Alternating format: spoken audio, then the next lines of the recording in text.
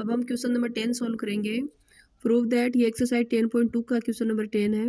Prove that the angle between the two tangents draw from an external point to a circle is supplementary to the angle subtended by the line segment joining the points of contact at the centre.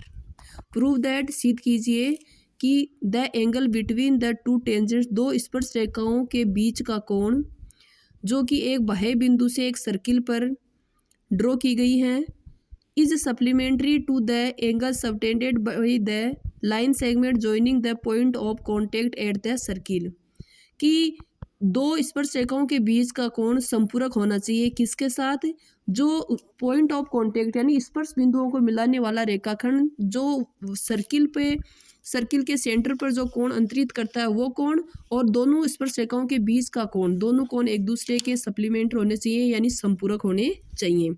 दो स्पर्श रेखाएं ए और P, BP और AP, इनके between angle, इनके बीच का कोण, और ये जो स्पर्श बिंदु हैं ए और बी, इनको जो मिलाने वाला रेखाखंड है ये ए बी, ये जो इस केंद्र ओ पर जो कोण अंतरित करता है, ये कोण और ये कोण दोनों संपूरक होने चाहिए। संपूरक होने का मतलब है एंगल ए ओ बी और एंगल ए पी बी, ये दोनों एंगल हैं, इनका जो सम है वो 180 डिग्री होना चाहिए। ओके, बहुत इजी है क्योंकि ए ओ बी पी एक क्वाड्रेटल है, एक चतुर्भुज है। चतुर्भुज के चारों कोणों का योग 360 डिग्री होता है। उसमें से ये रेडियस और टेंजेंट एक दूसरे के परपेंडिकुलर होती है, तो ये 90 और ये 90 दोनों मिलकर 180 है। तो जो दो शेष बचे एंगल, इन दोनों का सम भी 180 ही है, और यही हमें प्रूव करना था। ठीक है, लैंग्वेज कैसे लिखनी है? P A and P B are two tangents A and B are the points of contact. ठीक है, पी ए और पी बी दो स्पर्श रेखाएं हैं और ए और बी दो स्पर्श बिंदु हैं। Of the tangents O A perpendicular A P, ये जो ओ ए है रेडियस है, ये लंबवत है किसके? टेंजेंट ए पी के, और ओ बी है वो बी पी के। ठीक है, एंगल ओ ए पी और angle O B P equal to 90 degree. O A P और ओ बी पी ये दोनों एंगल कितने? 90 डिग्री के हैं। कारण क्या है?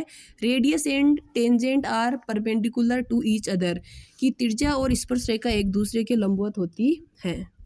इन quadrilateral O A P B चतुर्भुज ओ ए पी बी में angle O A P, O B P, A P B और ए ओ बी, इन चारों का जो सम है वो कितना होता है? 360 डिग्री।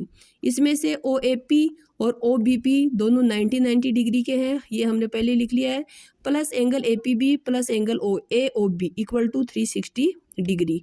ये दोनों ऐड होकर 180 डिग्री हो गए। ये 180 डिग्री इस साइड में जाते minus 360 degree minus 180 degree equal to 180 degree. इसका मतलब ए पी बी और ए ओ बी है, इनका जो सम है वो 180 डिग्री है। ए ओ बी और ए पी बी, इन दोनों जो एंगल है इनका जो सम है वो 180 डिग्री है, और यही हमें सिद्ध करना था। A P B and angle A O B are supplementary angles, यही हमें प्रूव करना था। ओके, अब नेक्स्ट क्वेश्चन है क्वेश्चन नंबर 11। ये भी बहुत इजी क्वेश्चन है। प्रूव दैट कि the parallelogram circumscribing a circle is a rhombus. हमें ये सिद्ध करना है कि एक वृत्त के चारों ओर बना एक समांतर चतुर्भुज समचतुर्भुज भी होता है। ये एक सर्किल है जिसका केंद्र ओ है, इसके चारों तरफ एक parallelogram A B C D है, ये हमें दिया हुआ है। हमें प्रूव ये करना है कि ये ए बी सी डी एक समचतुर्भुज भी है। समांतर चतुर्भुज में आमने सामने की जो अपोजिट साइड होती हैं वो इक्वल होती हैं, और समचतुर्भुज रोम्बस में है वो चारों साइड है वही इक्वल होती हैं। कहने का मतलब हमें आमने सामने की भुजाएं वो बराबर दी हुई है, हमें चारों भुजाएं बराबर सिद्ध करनी है। ओके, देखिए, we have a parallelogram A B C D which circumscribes a circle with centre O. हमारे पास एक समांतर चतुर्भुज ABCD है जो एक O सेंटर वाले सर्किल के चारों तरफ बनाया गया है। P, Q, R and S are the points of contact of sides AB, BC, CD and DA।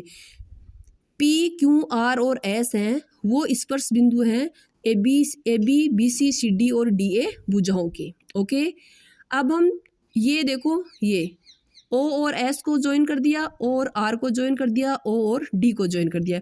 इसमें हम ट्राइंगल ओ आर एस यानी ये, एंड ओ एस ए यानी ये, इन दोनों त्रिभुजों को ले रहे हैं और इनको हम कॉन्ग्रुएंस प्रूव करेंगे यानी सर्वांग सम सिद्ध कर देंगे। एंगल ओ आर एस और ओ एस ए दोनों 90 डिग्री के हैं। कौन से एंगल? ये एंगल और ये एंगल, क्योंकि ये 90 डिग्री के हैं, क्योंकि त्रिज्या और स्पर्शरेखा एक दूसरे के लंबवत होती है। ये 90 डिग्री का है और ये भी 90 डिग्री का है, तो दोनों एंगल बराबर हो गए। ठीक है, ओ एस और ओ आर दोनों इक्वल हैं क्योंकि दोनों रेडियस हैं। ओ ए और ओ एस भी दोनों बराबर हैं क्योंकि ये जो सेंटर है वो, ये जो ए सी है इसका मिड पॉइंट है। तो इन एक तो कोण बराबर है, दो भुजाएं बराबर हैं और ये समकोण त्रिभुज है क्योंकि राइट एंगल बन रहा है। तो ये triangle O R S congruence with triangle O S A किस नियम के तहत? By R H S congruence rule. ठीक है, अगर ये दोनों सर्वांग सम है तो सर्वांग सम त्रिभुजों के संगत भाग भी बराबर होते हैं। तो आर सी ये भुजा और इसकी ये भुजा ए एस भी दोनों एक दूसरे की इक्वल हैं by C P C T. और डी आर और D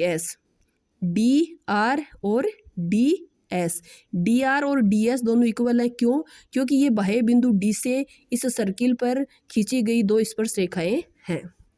tangents from the point, ये इक्वेशन नंबर फर्स्ट है, ये इक्वेशन नंबर सेकंड। अब हम इक्वेशन नंबर फर्स्ट और सेकंड दोनों को ऐड कर देते हैं। आर सी और डी आर ऐड हो गई, ए एस और डी एस। आर सी और डी आर दोनों क्या हैं? D C. आर सी और डी आर दोनों मिलकर क्या बनाती हैं? डी सी, और ये दोनों मिलकर बनाती है ए डी।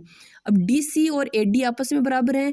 ए बी और डी सी पहले से ही बराबर दिए हुए थे क्योंकि ये पैरेललोग्राम था। इसका मतलब ए डी और डी सी भी बराबर हैं, ए डी और ए बी भी बराबर है। इसी तरह ए बी और बी सी भी बराबर हैं। सो ए डी और बी सी दोनों क्या हैं? बराबर हैं। क्यों? क्योंकि ए डी सी है वो ए डी के बराबर है और जो ए डी है वो बी सी के बराबर है, क्योंकि ए बी सी डी एक पैरेललोग्राम है, समांतर चतुर्भुज है, तो आमने सामने की भुजाएं तो बराबर ही थी और ये दोनों भुजाएं हमने प्रूव कर ली कि ये दोनों इक्वल हैं। So A B C D जे रोम्बस, इसका मतलब जो ए बी सी डी है वो एक समांतर चतुर्भुज है। ओके।